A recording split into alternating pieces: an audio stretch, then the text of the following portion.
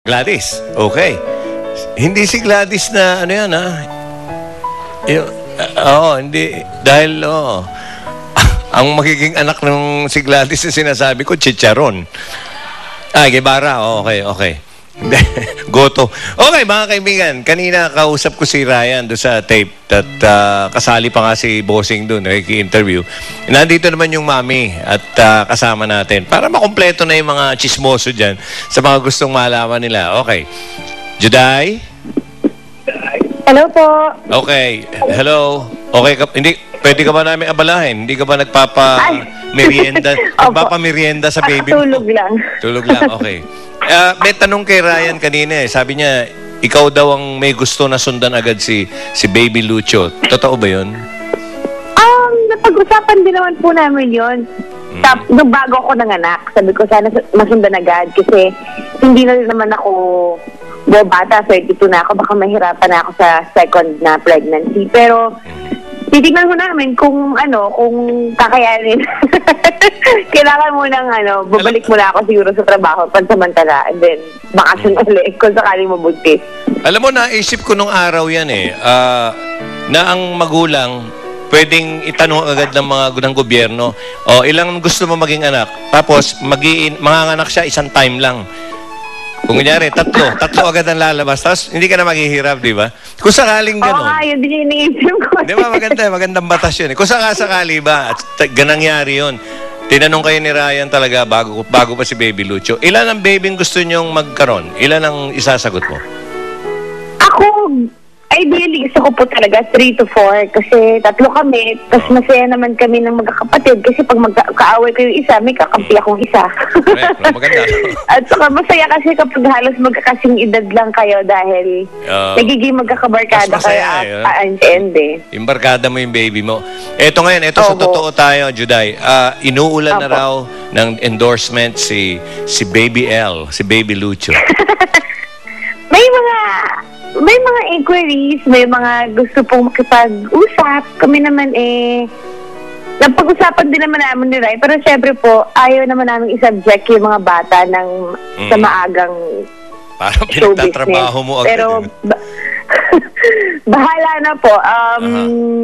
Mahirap magsalita kasi pero very thankful naman po talaga kami na sobrang ang daming advertisers na nakaisip na kunin yung mga bata. Thankful po kami, pero pinag-iisipan din namin yung mga maaaring maging kapalit or kung sakasakali, yung privacy ng mga bata. Siyempre, gusto namin magkaroon din sila ng normal na buhay kahit paano. Okay. July, nagbibilang ako eh. Tama ba ako? 1 month and 2 weeks na, no? Today? Opo, 1 month and 2 weeks na po. Okay. Siyempre, nagbago na ng konti yung mukha ng baby. Ngayong oras na to, sa tingin mo, sa pananaw mo, sino na ang mas lamang sa mukha? Kamukha? Ikaw o si pare? Sa akin, si Ryan po talaga yung kamukha eh. Kasi yung bandang mata, pinag-uusapan nga dito sa studio, yung bandang lips, parang ikaw daw. At yung mata, kay yung Ryan. Sa lips, yung sa lips at baba, pati pisngi, aangkinin ko yun. Kasi yung pisngi hindi maipagkakailang bilog na bilog eh. So, akin po yung pisngi. Magbabago pa yan eh. Okay. Eto, may tanong dito. Nung binyag daw, tuwa si Mami Carol na kanina napanood natin. Dahil hindi tradisyonal na pambinyag ang suot ni Baby Lucho. Hindi ko napansin nung nagmerienda ako, baka pinalitan na. Ano nga ba yun? Pwede bang kwentuhan mo sila ito sa mga hindi nakapanood? Ano yung hindi traditional? Ever since naman kasi hindi naman talaga kami traditional ni Rai sa mga ganyang klaseng Tito Joey. Yung sa amin kasi, since yung ako mismo gusto ko relax lang at saka bagets na bagets yung bata. Ayoko wala nang mga ganchilyado. Yung mga ganchilyado. Wala akong pinya, walang ganong lang. Nakamaong siya, tapos naka-chucks. Tapos naka-white shirt siya sa loob na may boss na nakalagay at saka naka-checkered na polo. Halos pareho sila ng suot ni Ryan kasi naka-checkered na polo rin si Ryan. Si Ryan, rin yan eh. Casual na tao lang yan eh. Maganda yun. Okay. Ito, private daw yung binyag at reception, pero hindi nyo raw inaasahan biglang dumami yung tao. Narinig ko nga, about 200 data. Ganun nga ba? Mga ganun po, kasi come and go yung mga bisita eh. Kaya, hindi naman din po namin in-expect na maraming gustong makasulyap din sa kay Lucho at saka kasi first time din namin lumabas after how many months na dito rin sa bahay, nandito lang kami. Nakakatuwang isipin na ang dami po pala talaga namin kaibigan. Oo naman. At meron pa nga nangyari na ayoko sanang banggitin pa sa'yo pero baka makasira ng hapon mo. Meron na upset daw kayo. Nakita ko rin to na may ilang miyembro ng mga kapatid natin sa media na hindi nakatiis at na-make-sure. Alam mo na, yung hindi nagpaalam at hindi yata na-respeto yung hinihiling nyo. At anong reaction mo rito mula sa bibig mo? Sa totoo lang, ang hirap na po kasing mag-comment kasi bawat sinasabi namin, binibigyan ng masamang kahulugan. Andun na yun, nailabas na. Dahil naman po nang sinabi namin, hindi naman po kami bumibreak ng mga promises. Kapag sinabi namin after ng binyag, pinapakita naman po namin gaya nung ginawa namin nung kasal. Hindi naman namin ipinagdadamot. Yun nga lang, sana nakapagpaalam, pero andun na yan. Sana maganda, hindi nanginginig na gano'n. Ang layo kasi kaya nguminginig. Opo. Pwede namang nagpaalam ng maayos, pero gano'n po Nandiyan na yan. Okay, so wala. Talagang pasensya na. Importante yung baby healthy at happy mga bisita. Okay, darling, eto na lang. Kailan ka daw magbabalik sa trabaho? Yung mga fans mo rito nagtatanong. Si Ryan, sinagot yan medyo mga less than or a little, basta mga gano'n, mga 1 taon. Ano ba? Oo kasi ngayon po medyo nakakalabas ako ng bahay to do some errands. Hindi ko pa rin kayang mahiwalay ng matagal kay Lucho kasi parang nagkakaroon ako ng separation ng anxiety. Mag-uwaalas ako ng bahay. Enjoy na enjoy ka ba? Enjoy na enjoy ka. Opo, sobra po.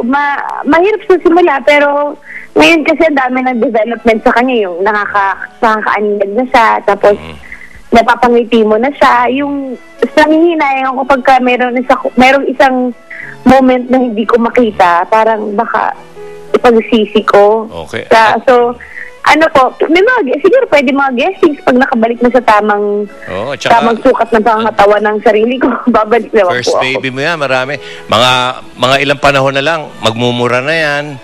Tapos, mga mas mahabang panahon pa, ikaw na magmumura. Hoy! Tumigil ka! Maraming pagbabago yan, makikita mo lahat yan. Oy! Juday, narinig mo naman siguro, yung friend enemy mo, nanganak na din, si Gladys Reyes. Anong reaction mo? Hindi, tulog pa siguro no? Ano reaction mo, darling? Nag-text na po ako sa kanya isang araw, tinanong ko kung nanganak na siya kasi napapalita din nanganak na siya. Nag-text sa akin na ngayon po siya isi-CS, kaya bukas ko na lang siguro siya mapupuntahan kasi para makapagpahinga siya. Okay. Pero at least naka-safe delivery siya.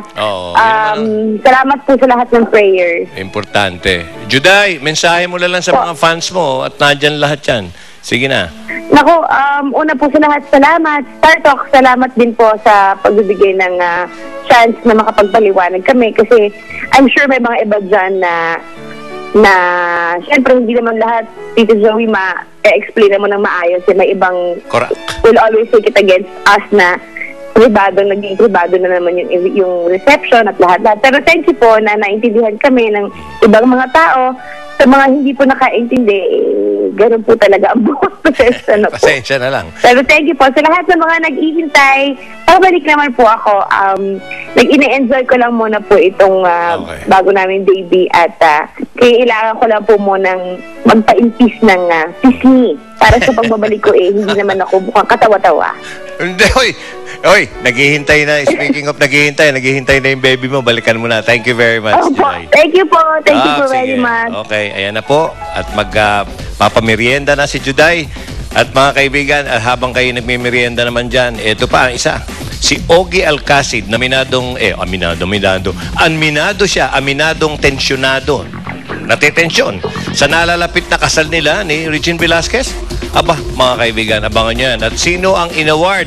At sino ang tinigbak? Itong hinihintay nating lahat. Susunod na yan as T-Fashion goes to Star Wars for television. Next na yan sa T, the Tigbak! Authority. At ang eksklusibong panayam sa 8th Division World Champion at certified kapuso na si Manny Pacquiao, mapapanood dito sa Star Talk TX, susunod na live.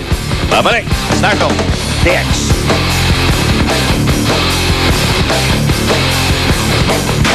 Na! Ang fighting congressman from Sarangani Province, Manny Pacman Pacquiao, mainit na sinulubong sa kanyang pagbabalik.